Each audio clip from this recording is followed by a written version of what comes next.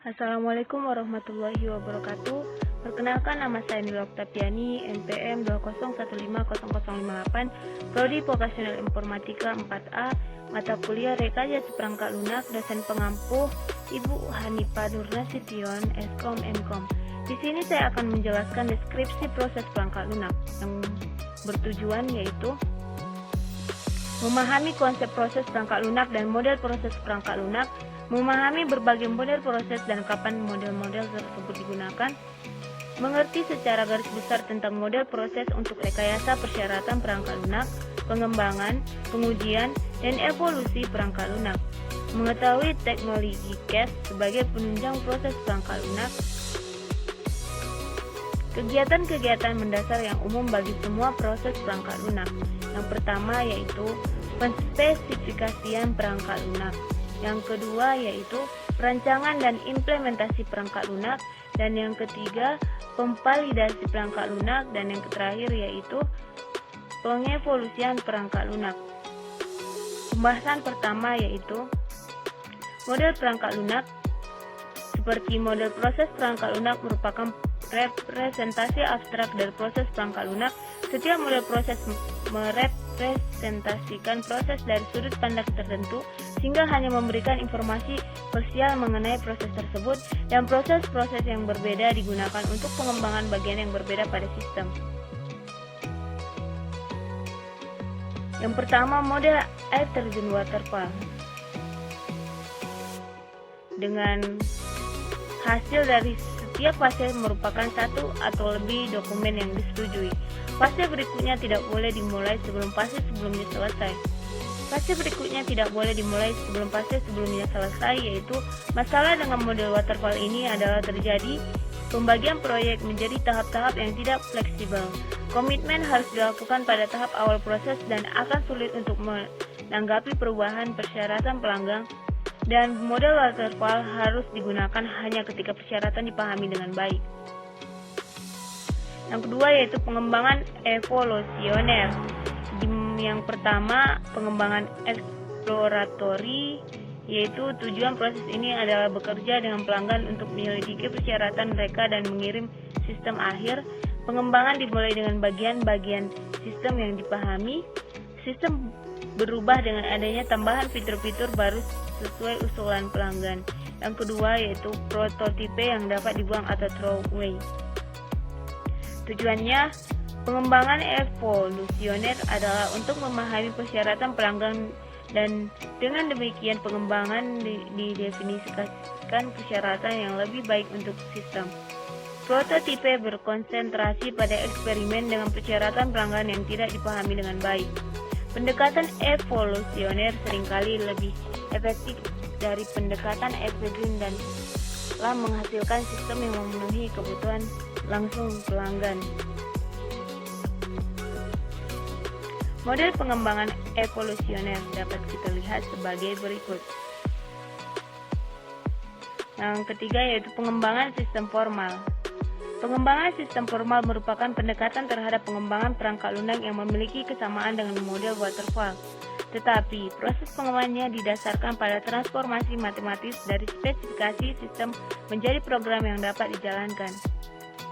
Dengan definisi persyaratan, lalu spesifikasi formal, kemudian transformasi formal, dan integrasi dan pengujian sistem. Perbedaan dengan model waterfall, spesifikasi persyaratan perangkat lunak diperbaiki menjadi spesifikasi formal yang rinci yang dinyatakan dalam notasi matematis. Proses pengembangan, perancangan, implementasi, dan pengujian unit digantikan oleh proses pengembangan transformasional, di mana spesifikasi formal diperbaiki melalui serangkaian transformasi menjadi program. Dapat kita lihat pada gambar pengembangan berorientasi pemakaian ulang, yaitu spesifikasi persyaratan, analisis komponen, modifikasi persyaratan, perancangan sistem dengan pemakaian ulang, pengembangan dan sistem literasi, dan yang terakhir validasi sistem. Ada perbedaan tahap dengan model lain, yaitu analisis komponen jika diketahui spesifikasi persyaratan, komponen-komponen untuk implementasi spesifikasi tersebut akan dicari. Lalu, modifikasi persyaratan pada tahap ini, persyaratan dianalisis dengan menggunakan informasi mengenai komponen yang telah didapat. Persyaratan kemudian dimodifikasi untuk merefleksikan komponen yang tersedia, dan perancangan sistem dengan pemakaian ulang kerangka kerja sistem perancangan atau kerangka kerja yang telah ada dipakai ulang. Pembahasan kedua yaitu iterasi proses, di mana pekerjaan perancangan dan implementasi sistem harus dilakukan ulang untuk implementasi persyaratan yang diubah, untuk mendukung pendekatan yang berbeda terhadap pengembangan dan telah secara eksplisit dirancang untuk mendukung iterasi proses model-model tersebut adalah yang pertama, pengembangan inkrementasi di mana spesifikasi perancangan dan implementasi perangkat lunak dibagi menjadi serangkaian inkremen yang dikembangkan secara bergantian.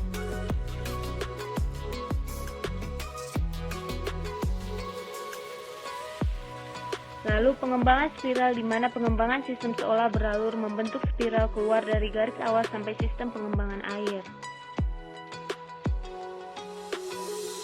Dapat kita lihat dari model pengembangan inkremental. Definisikan persyaratan garis besar, lalu terapkan persyaratan ke inkremen, rancang arsitektur sistem, kembangkan pembagian sistem, validasi inkremen, integrasikan inkremen, validasi sistem. Jika tidak lengkap, maka kembali ke kembangkan pembagian sistem. Jika sudah lengkap, maka pergi ke sistem akhir. Keuntungan proses pengembangan inkremental yang pertama yaitu pelanggan tidak perlu menunggu sampai seluruh sistem dikirimkan untuk mengambil keuntungan dari sistem tersebut. Inkremen yang pertama sudah memenuhi persyaratan mereka yang paling kritis sehingga perangkat lunak dapat segera digunakan. Yang kedua yaitu pelanggan dapat memakai inkremen yang pertama sebagai bentuk prototipe dan mendapat pengalaman yang dapat menginformasikan persyaratan untuk inkremen sistem berikut. Yang ketiga yaitu risiko untuk kegagalan proyek secara keseluruhan lebih rendah walaupun masalah dapat ditemukan pada beberapa inkremen. Bisa saja beberapa inkremen diserahkan dengan sukses kepada pelanggan. Yang terakhir yaitu karena layanan dengan prioritas tertinggi diserahkan pertama dan inkremen berikutnya diintegrasikan, maka layanan sistem yang paling penting mengalami pengujian yang paling ketat. Masalah yang ditemukan yang pertama yaitu inkremen harus relatif kecil, lebih kecil baris kode, dan setiap inkremen harus menyediakan sebagian dari fungsi utilitas sistem. Akan terjadi kesulitan untuk memetakan persyaratan pelanggan pada inkremen dengan ukuran yang benar. Yang kedua yaitu sebagai sistem membutuhkan serangkaian fasilitas dasar yang dipakai oleh inkremen lain pada sistem. Dan yang ketiga yaitu persyaratan tidak didefinisikan dengan rinci sampai sebuah inkremen akan diimplementasikan sangatlah sulit untuk mengidentifikasi fasilitas umum yang dibutuhkan semua inkremen. Pengembangan spiral.